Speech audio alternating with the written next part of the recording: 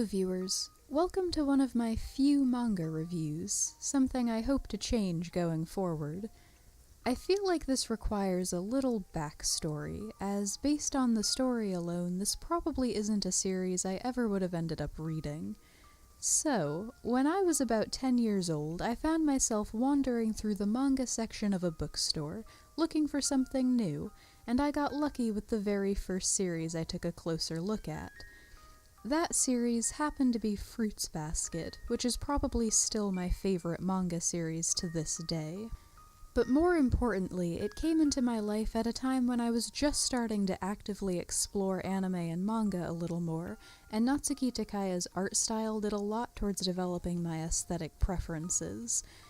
But even more importantly than that, she wasn't afraid to tackle dark subject matter and complicated family relationships, two things I love. The characters have always been the most important part of any story for me, and everyone in Fruits Basket's huge cast of characters got their moment to shine.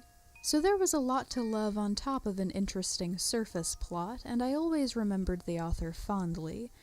Fast forward about a decade, and I found myself in almost the exact same position, wandering the manga section of the bookstore. Except this time I was drawn to the series because the art style and character designs looked so familiar, and at first I didn't know why. Based just on the summary, Twinkle Stars sounded like a simple, straightforward romance, not something I'd usually be interested in. But then I realized this series came from the same creator as Fruits Basket, and I immediately decided to give it a try. And luckily I wasn't disappointed. But I do have to give a spoiler warning here. Because the main storyline is the romance, the real meat of this story is the character backstories, so with the exception of the very end, there isn't really a way for me to discuss this story without going into things that would absolutely be considered spoilers. Now that all that's out of the way, Twinkle Stars follows Sakuya Shina, a kind-hearted girl who runs her school's Star Appreciation Club with her friends Yuri and Sei. Due to difficulties with her family, she lives with her older cousin Kanade. Our story starts on her 18th birthday, when she comes home to find a mysterious boy who introduces himself as Chihiro at the dinner Kanade's set up for her. The dinner goes well, and she's a little drawn to him right off the bat. Later, when she sees him out, Chihiro tells Saku that he'd heard about her living situation and he appreciated her effort to keep smiling in spite of all the difficulties in her life. This does come sort of out of nowhere, but Saku is really moved by this, for reasons that will make more sense once her backstory comes to light. And so he disappears off into the night, and becomes even more mysterious. Saku had assumed he was Kanade's friend, and Chihiro had told Kanade that he was Sakuya's boyfriend, so at the end of the night she's left with no idea who he really is and no way to get in touch with him again. But she can't stop thinking about him, of course, and gets her two best friends involved in the search. But when she does run into him again, things get even more complicated. The kind, easygoing Chihiro she met on her birthday is gone, replaced with a boy who's jaded and gloomy. When she asks him who he really is and why he lied, he asks her what she wants to hear, because anything is better than the truth. Which was a really interesting way to continue developing his character, followed immediately by what might just be my least favorite romance cliché ever, where he immediately tells Saku he hates her and disappears again. What can I say? The emotional whiplash meant to make the love interest seem edgy and mysterious has always felt a little manipulative to me. The story was already interesting enough not to need anything extra to pull readers in. But I will say that this part is sufficiently explained later on, and we soon learn that Chihiro is in the worst mindset of anyone in this story. Not long after this, he transfers to Saku's school, and then the story really gets underway. So it's probably about time to introduce Saku's best friends. First is Hijiri, or Sei. She's a very interesting character from the get-go.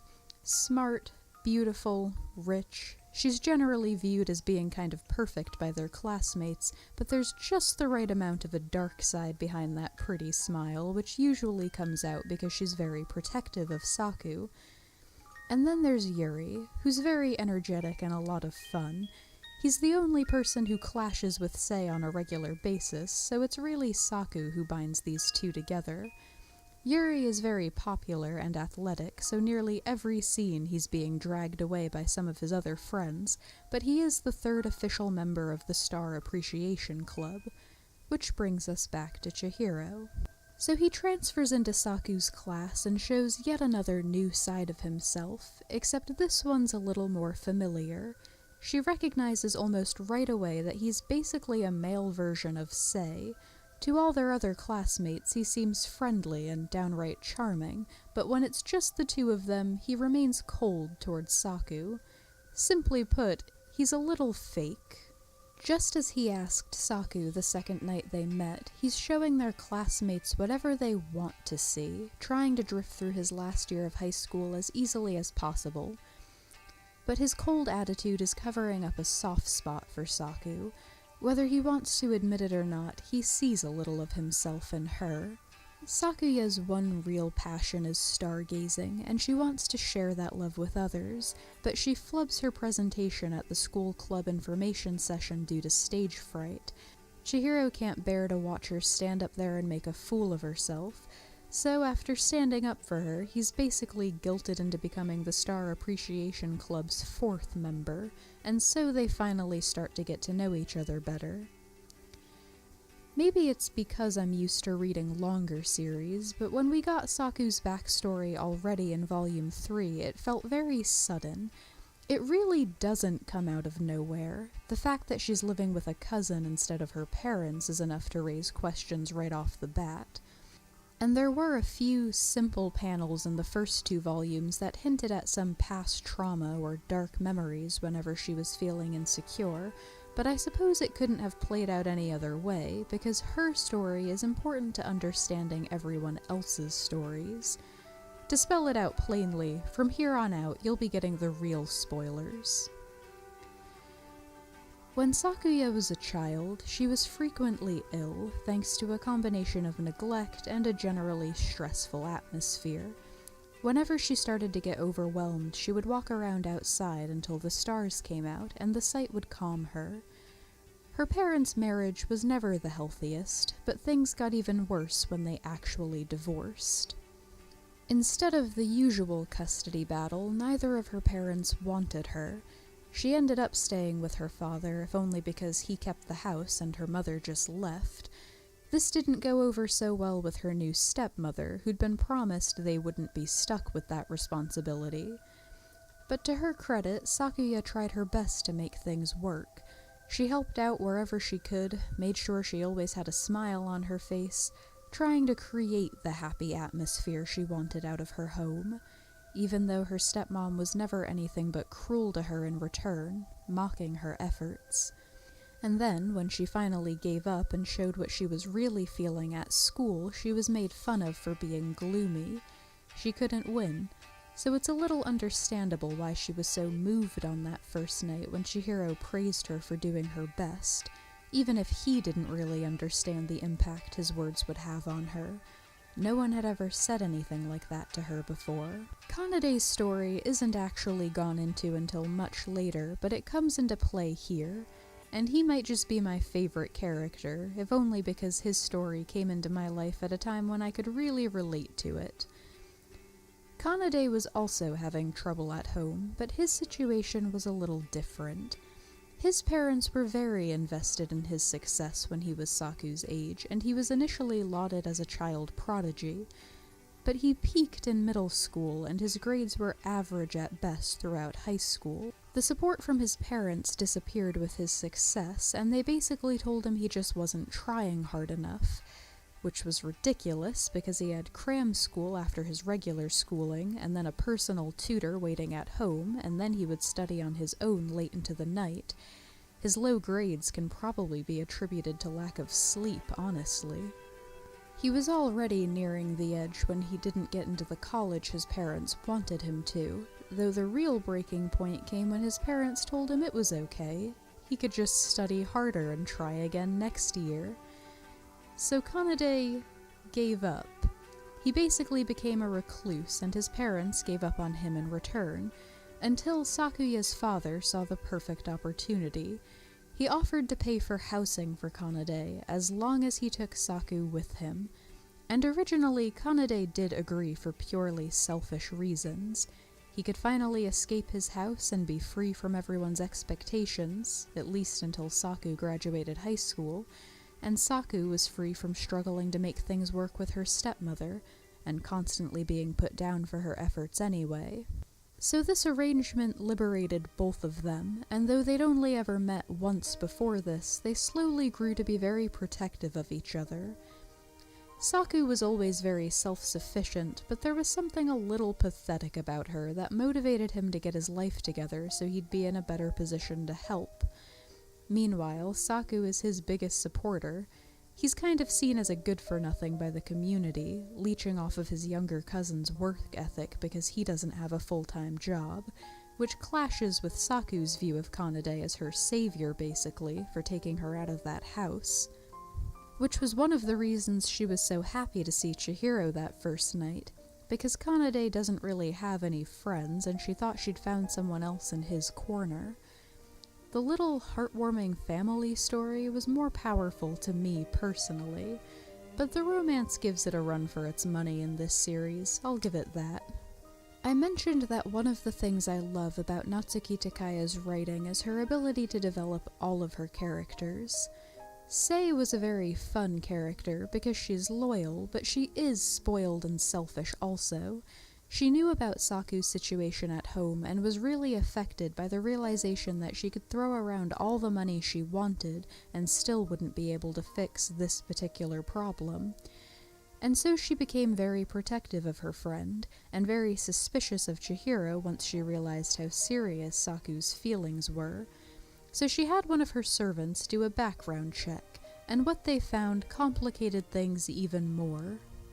Chihiro had already told Saku about his own problems at home. Back in Tokyo, it was just Chihiro and his mother. He had also grown up learning to be very self-sufficient, because she only ever had time for him when her boyfriends weren't around. At the start of the story, she's been missing for 3 months. He assumes she's just run off with someone again. But other problems in his life got his uncle involved, and Chihiro moved to their little town to stay with them. It's those other problems that Sei uncovers, namely that he already had a girlfriend back in Tokyo. Sakura was a girl from his old school who he'd basically set out to protect. Like Saku, he saw a little of himself in Sakura, but she did a much worse job at pretending everything was okay. So he took her well-being onto his own shoulders, but it was a bigger job than any one person could be expected to handle. She was being abused at home and bullied at school. Finally, a failed suicide attempt left her in a coma, and Chihiro's uncle arrived to keep him from wasting away in the hospital day after day, too. So yes, this complicates things, but maybe not as dramatically as you might be expecting. Sei, of course, urges her to distance herself from him now, to not accept being just a replacement for his first love, but Saku, thankfully, has moved past this ridiculous idea that a person is only capable of having romantic feelings for one person at any given time. She recognizes that of course he still cares for Sakura, and mentally prepares herself for whatever might come next, going forward. It doesn't change the fact that she still cares about him, and he's begun to care about her, too. So Sakura is important more because she introduces a main plot point. I had run into a few people who'd already finished the series while I was reading it, and each one told me the ending was a twist. Personally, I didn't think so, and this is the last spoiler you'll get from me. The second to last volume ends with Sakura waking up from her coma and contacting Chihiro, and I really don't think this was much of a twist. I couldn't see this story going in any other direction unless it was going to leave things woefully unresolved. Even if Saku and Chihiro had gone straight to their happy ever after, his time with and lingering guilt over what happened with Sakura was something Chihiro would need to address. By volume 10, he's come such a long way and is actually happy and well-adjusted, not just pretending to be. But if Sakura spent the rest of her days comatose, a part of him would always remain in limbo. If we were to get a truly complete story, that reunion had to happen.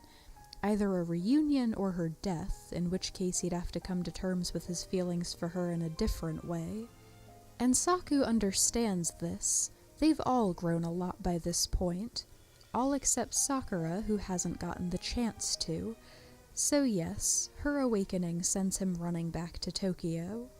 And I won't spell out exactly where this leaves all of our characters at the end of this story, but I will say that the ending feels complete, which was my biggest concern as I was coming up on the conclusion. So this story had its ups and downs for me. The first volume felt really shaky, not just Chihiro's sudden edginess seeming kind of forced, as I mentioned earlier, but it also felt like Saku jumped to the conclusion that she was in love too quickly. She definitely had enough reason to be interested early on, but I feel like the development of that crush could have been taken a little slower. But there were a lot of things I really liked about this series. The personal traumas felt just dark enough. The characters had been through some awful things, and those experiences were never played up to be more dramatic than necessary. The emotions felt genuine. And, with the exception of most of the parents in this story, who were all pretty selfish and heartless in a one-note sort of way, every character got a chance to shine. I didn't really mention Yuri, but he did also get a full character arc. Twinkle Stars used Yuri to dabble in a love triangle, but he was never made out to be a villain just because he also had a crush on Saku. Yuri and Chihiro both understood Saku in different ways, and I think this series may have started changing my mind a bit when it comes to love triangles. I usually avoid them like the plague, but I was surprised to find here that I wouldn't have minded Saku ending up with either one of them, which I'm going to take as an indication that Twinkle Stars did their love triangle right. I know some people are put off by the types of stories where every single character has a sad backstory. Personally, I've always been drawn to those types of stories in general, but I think it works really well here. The main story of Twinkle Stars is the romance, but there is another underlying story here. Everyone has something in their life that they're struggling with, and everyone has to learn to overcome their personal challenges in their own ways. At the start of this story, we have 4 teenagers, 5 if you want to count Sakura, who are all a little immature in their own ways. At the end of this story, we have a group of well-adjusted young adults. Being able to watch the characters grow like this is a little like being rewarded for getting attached to them in the first place. It's the kind of development I most love to see in a story. At the end of this journey, I'm really glad I gave the series a chance, and I guess I got lucky that I didn't have to make the decision to continue on or not after just Volume 1. Originally, Twinkle Stars' 11 volumes were published between 2007 and 2011, but it was just translated into English this past year in 5 big omnibus volumes. If you're a fan of romance, I definitely suggest giving this one a try. As someone who's not usually a romance fan, I'd recommend this story for the character development alone. I'm a big fan of Natsuki Takaya's writing in general. I've already got my eye on one other series of hers, and this series reinforced everything I'd loved in Fruits Basket, so Twinkle Stars has earned its place on my shelf. Thank you for watching.